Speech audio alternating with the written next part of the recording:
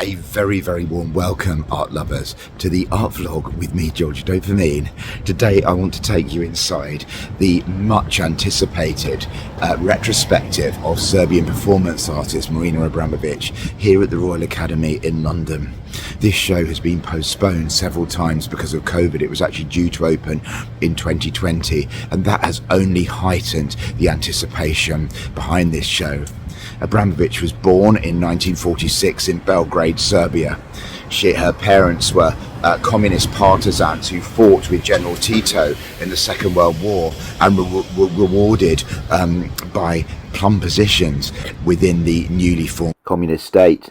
Abramović had a strict childhood that was dominated by religion from her grandmother, who partially raised her, and also communism and the communist state. I think it's fair to say she rebelled against her life as a teenager and found her artistic voice through a series of what have become iconic performance works, the rhythm pieces. Her first piece of performance art was launched in Edinburgh in 1973, and from then on she has produced some iconic performance works, often putting her body on the line in the name of her art, with deep messages as well.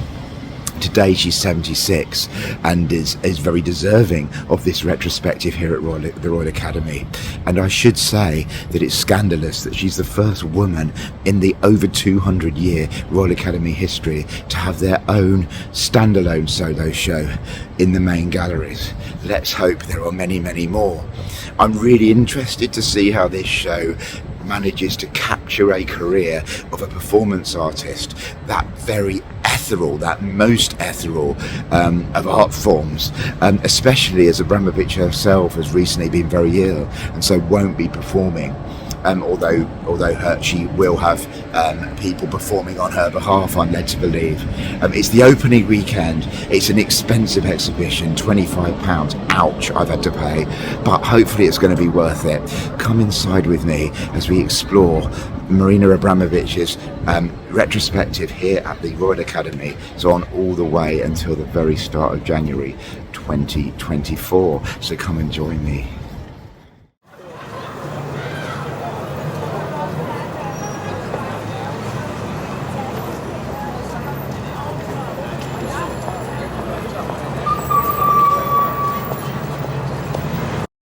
Upon entering the gallery, we are immediately confronted with one of Abramović's most famous works, The Artist is Present.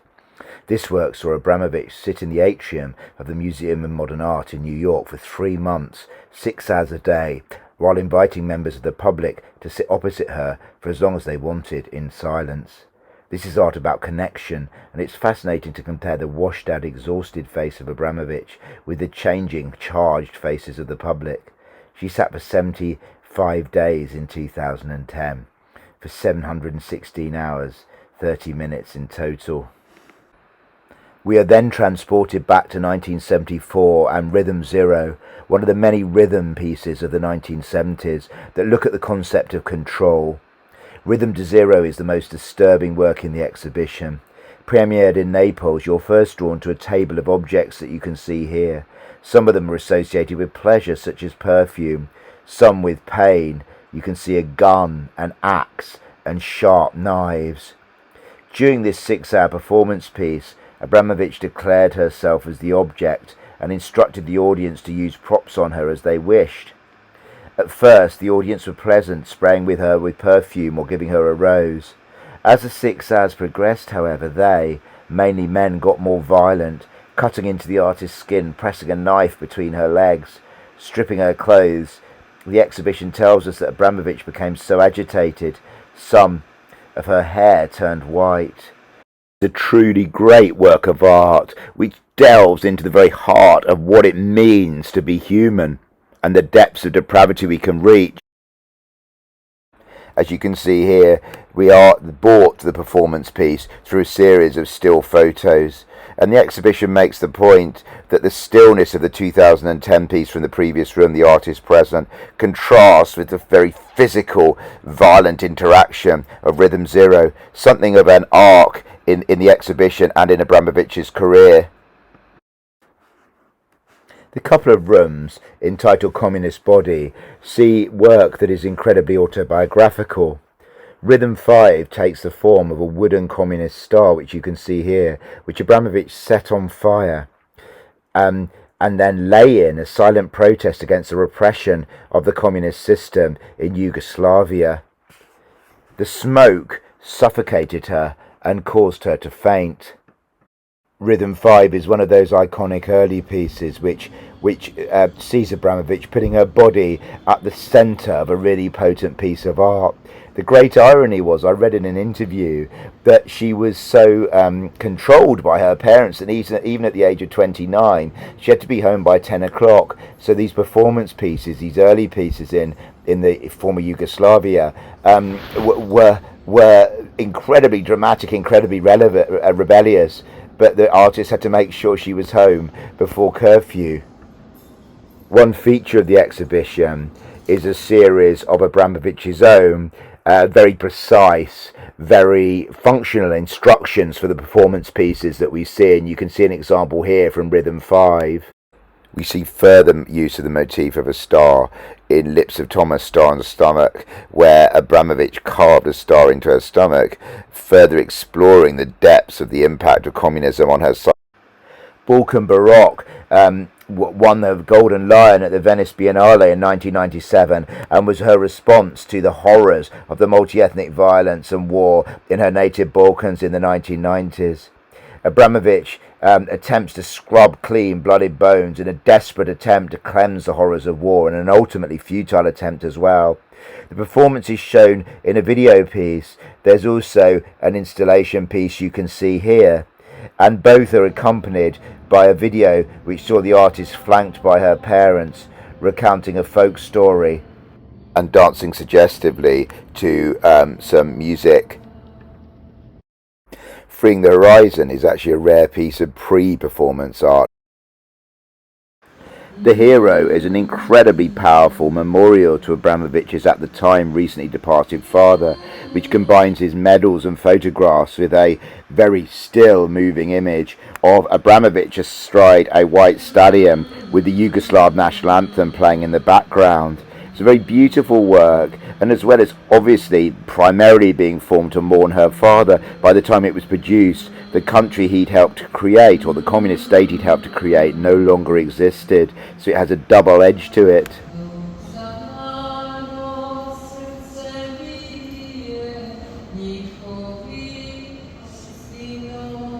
Body Limits is for me the heart of the show. It's where it showcases how Abramović used her body to create art. She said, "The body was my tool."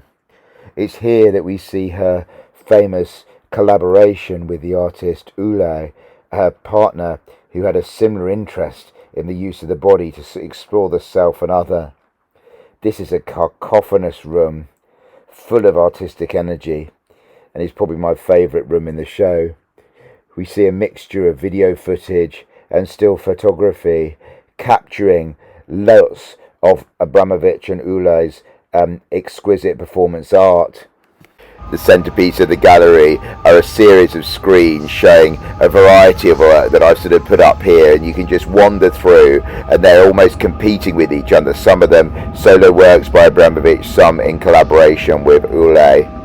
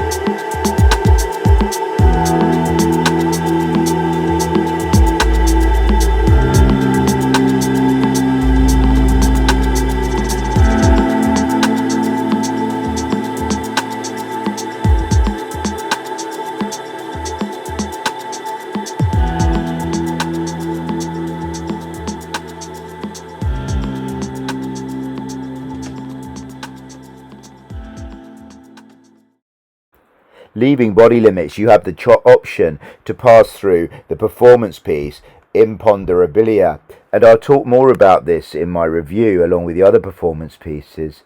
After this, we're in a much quieter world. The absence of the body is the final room where we see collaboration with Ule. And the lovers' Great Wall Walk saw the artist walk for 90 days from each end of the wall to meet with the intention of getting married. But by the time the project actually got to go ahead, thanks to bureaucracy of the Chinese Communist Party and the time spent planning, their relationship had deteriorated. So they actually formally separated when they met, and this ended a 12-year romantic and artistic partnership. This room also reminds us that even before the lovers' Great Wall Walk and the work that this inspired, which you can see here, they had moved away from using their bodies as a primary tool.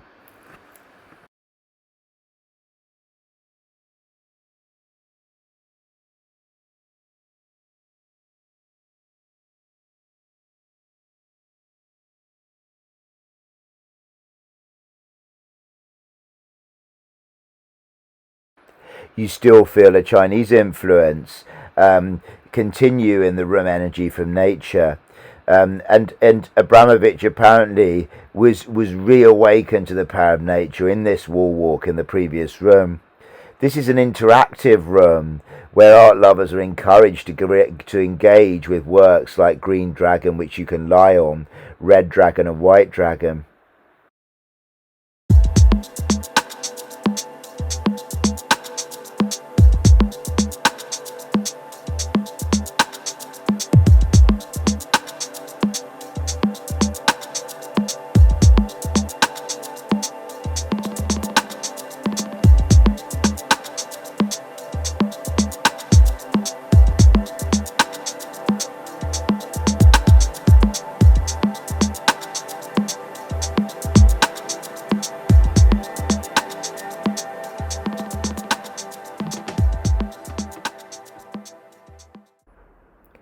Coming and going is preoccupied by both recording the very transient nature of Abramović's work and also by an ongoing theme in the work of death.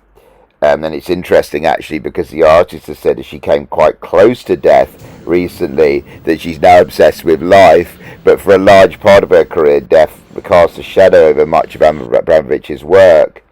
You see a video piece here, Nude with Skeleton, which several times a day is accompanied by a live performance piece, which I'll talk more about in the review. All the performers have been trained by the Marina Abramović Institute, so they are kind of working in her method. There is reference to different religions. You can see here a Mayan piece, and you'll see coming up allusions to Christianity as well. But I thought actually the show loses a bit of its unique energy at this point when the performance, Nude with Skeleton, the live performance, isn't on.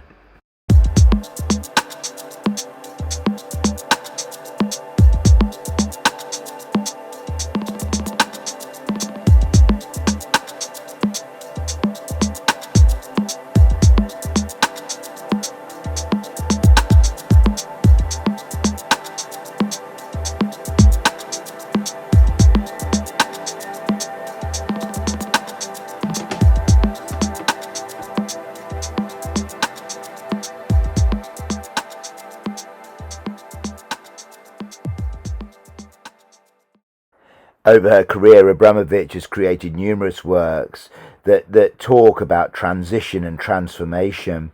She's become increasingly, according to the exhibition, interested in the transformative state of consciousness. One of the most recent produced works is this very dramatic portal which the art lover can pass through as part of the exhibition. Although, to be honest, I saw more people using it as an Instagram moment than being transformed in any way.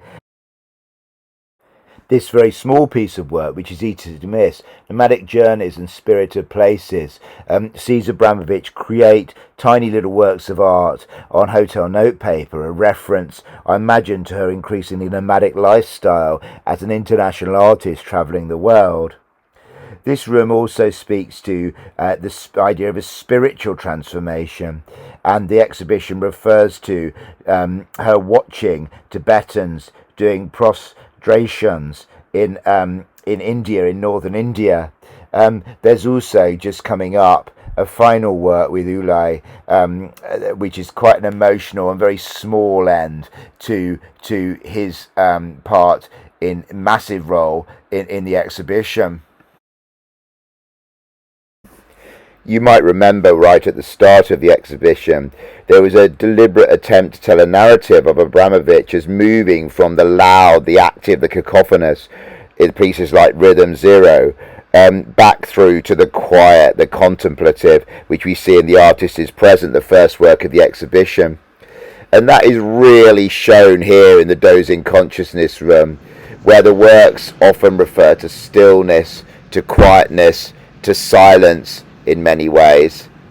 And Abramović as an artist has moved from using her body as a tool to being more and more interested in the mind and in states of consciousness, and in using the mind to control pain in many of her increasingly long performance pieces of the later years of her career so far.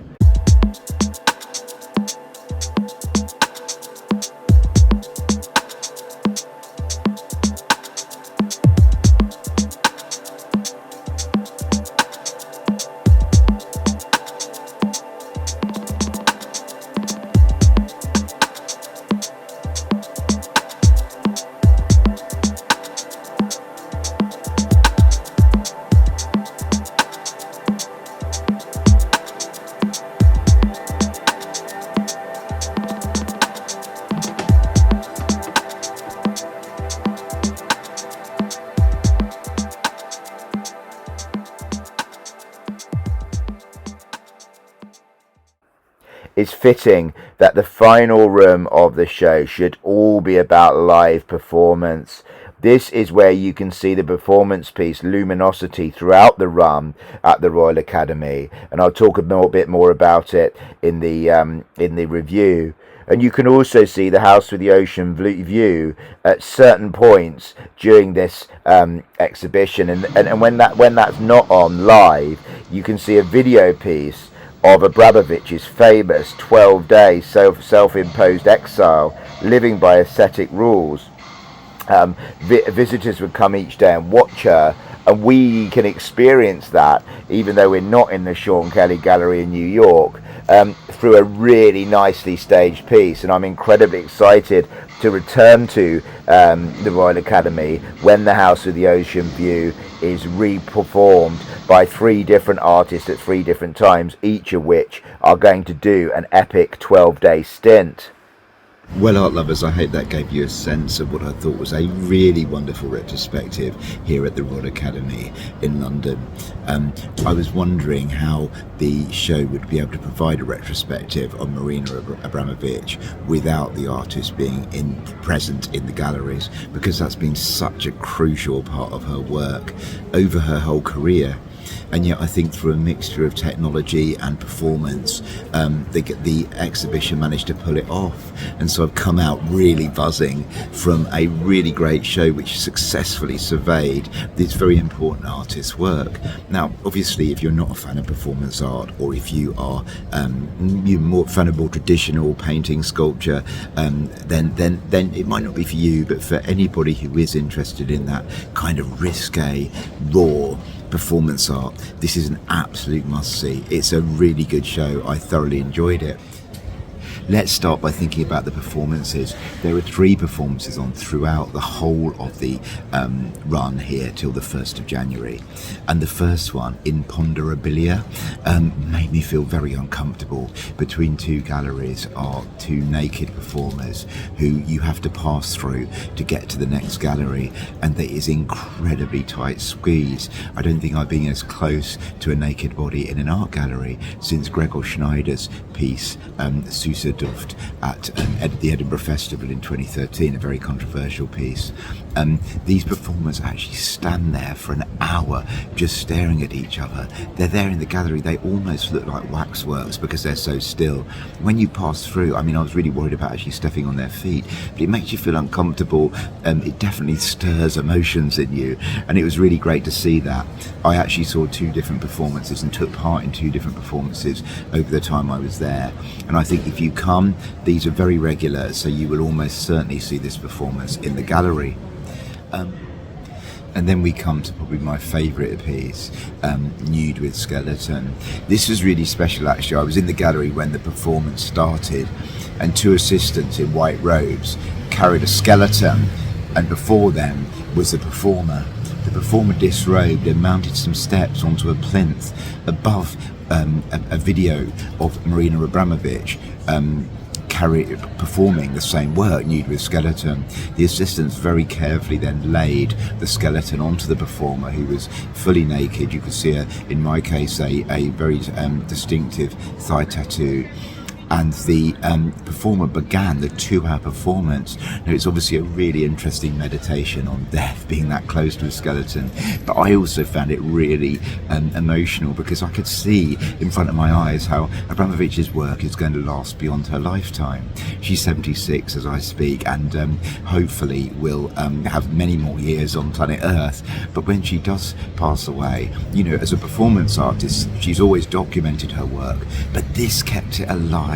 Seeing the performer perform the piece with the artist below, a video of the artist below, was incredibly special. And then we come to the final one, the work of endurance, luminosity. This involved a performer being high up on a wall, arms spread like a crucified Christ, sitting on a quite uncomfortable looking bike seat, you can see here, for 30 minutes. And again, you got the essence of Abramović in this work. And there was a really lovely moment. I was in the gallery when the performer came down, and there was the gallery was packed, and there was a round of applause as she finished this endurance feat. And I have to say, the performances together made the show for me. These performers deserve an immense amount of credit, because it's tough. The gallery was very busy, with a wonderful range of different ages and people enjoying the art. Away from the performances, I thought that this really successfully gave a view of Abramović's art. It was a tale of 2 halves, if you like, a smaller first half of, I think, 5 rooms, where you see Abramović pushing her body as an artist to the limit, a raw young artist who is in some cases putting her life at risk for her art. This was noisy, cacophonous, busy, and it was much more popular, I'd say, as a sense of the show. And this ends with the room Body Limits, which is kind of the height of this period. I thought the quality of the art in the second section lost some of the energy of the first and was maybe less interesting, but there were still, as you've hopefully seen in my walkthrough, many interesting pieces. So and the 2 of the performance pieces are in this room as well. I should say, by the way, the final performance piece, The House with the Ocean View, is going to be showing between the 5th and 16th of October, the 21st of November to the 2nd of December, and the 6th to the 17th of December. This is going to be an epic 24-hour, days-long performance piece. And so if you want to see that, maybe wait until then. So I suppose my last question is, was it worth the £25 to get in? That is a lot of money, and I'm aware that some people will not be able to afford that. There are certain events, including, I noticed, a free event for 16 to 24-year-olds, I think, or 25-year-olds, which I'll put in the comments. But £25 is a lot of money. For me, it was absolutely worth it. I was in there for 2 hours, and because of the performance pieces, I can understand why it has to be that much, because these are artists who obviously are being paid, as well as the normal gallery assistants and curators and everything else. So yeah, for me it was actually, I didn't think it would be, but I do think that was worth it. And I thoroughly enjoyed it. And will I be back? Well, I will. I don't know if I can afford to pay again, but I might actually beg PJ Arthur to come along again to see The House with an Ocean View when that's on. I'll give this an 8.5 out of 10. The second half didn't hit the heights of the first half, but it was a wonderful retrospective for me. Don't forget to subscribe to the art vlog, hit that notification bell, and most importantly of all, get out there and explore the wonderfully rich UK art scene.